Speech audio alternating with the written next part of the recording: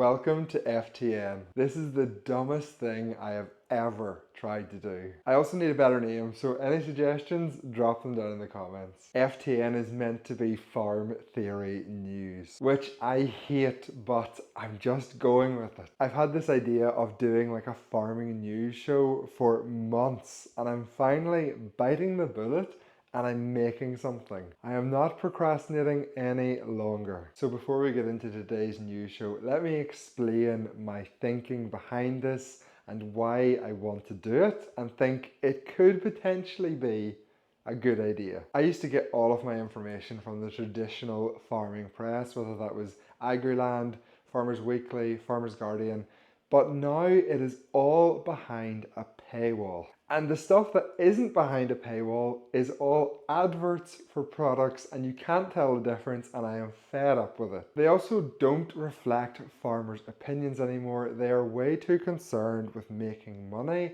from big business. So my idea is to do farming news that is free, that is much more entertaining than reading through a long article, and also doesn't have to care about who is paying the bills, who is paying me for ads. I can just say what I want. So this is going to be your source of the news that actually matters to farming, with a healthy dose of my opinion thrown in to keep this interesting. So we're going to cover 2 or 3 news stories a week until I see if this is going to work or fail.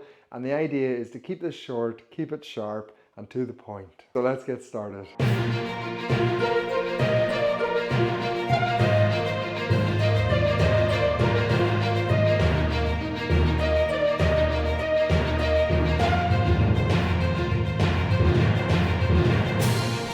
I don't think I can do a serious news presenter voice.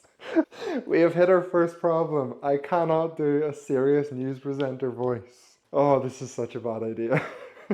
Okay, I need to be serious. This isn't going to work if I'm smiling and laughing. This is meant to be serious. News. Concentrate. Okay. I need to get angry. Let me go read something about ESG or something that will really get me going. I'll go look at Asda's recent profit figures.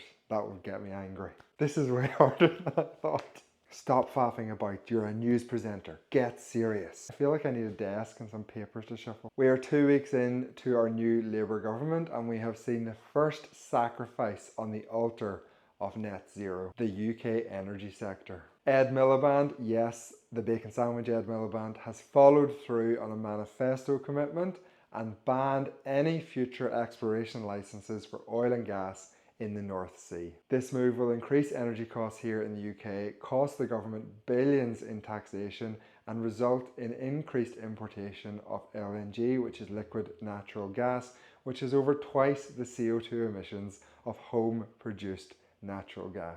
However, none of these facts actually matter. What matters is that the UK government can say it's doing its bit for the climate emergency. And as a result of this genius decision, UK farmers can expect to be less competitive on the global market because they will be paying more for their energy. But Energy Ed hasn't stopped there. He has also forced through approval for a giant solar farm gobbling up 2,800 acres of prime arable land. For a country that is only 60% self-sufficient in food, you would think they would take the risk of a famine more seriously, but we are overestimating our politicians if we believe that to be the case. Over the last few weeks, we have also seen the fertilizer industry's lobbying arm, Fertilizers Europe, continue their campaign to ban Russian fertilizer import. The claim is the ban would not only be the morally right thing to do, but would also improve European food security and help poor European farmers have a lower carbon footprint. Fertilizer companies in Europe cannot pretend they have farmers' best interests at heart when they increased their profits in 2022 by over 200% at the farmer's cost. European farmers are already paying the highest price for fertilizer in the world, so any imports will be absolutely welcomed.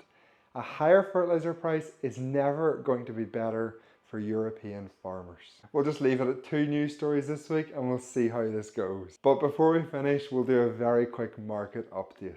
The milk price is rising, driven by a lack of supply, not driven by demand. The meal price is stable. However, if you are a loyal customer of one supplier, I highly recommend you shop around because you are being shafted for your loyalty. And finally, the fertilizer price is also stable both here in the UK and globally. Hopefully we will see some more Russian fertilizer arrive to drive the price down. Well, that's going to do us for the first episode of Farm Theory News. Please do give me your feedback down below. If you think this is a good idea or a bad idea, I want to know. I am a big believer in trying new things and failing fast. And if this doesn't work, that's okay. I will be back with episode 2 next week. I will make the news more varied. I will try and make it more interesting. But this is my first attempt.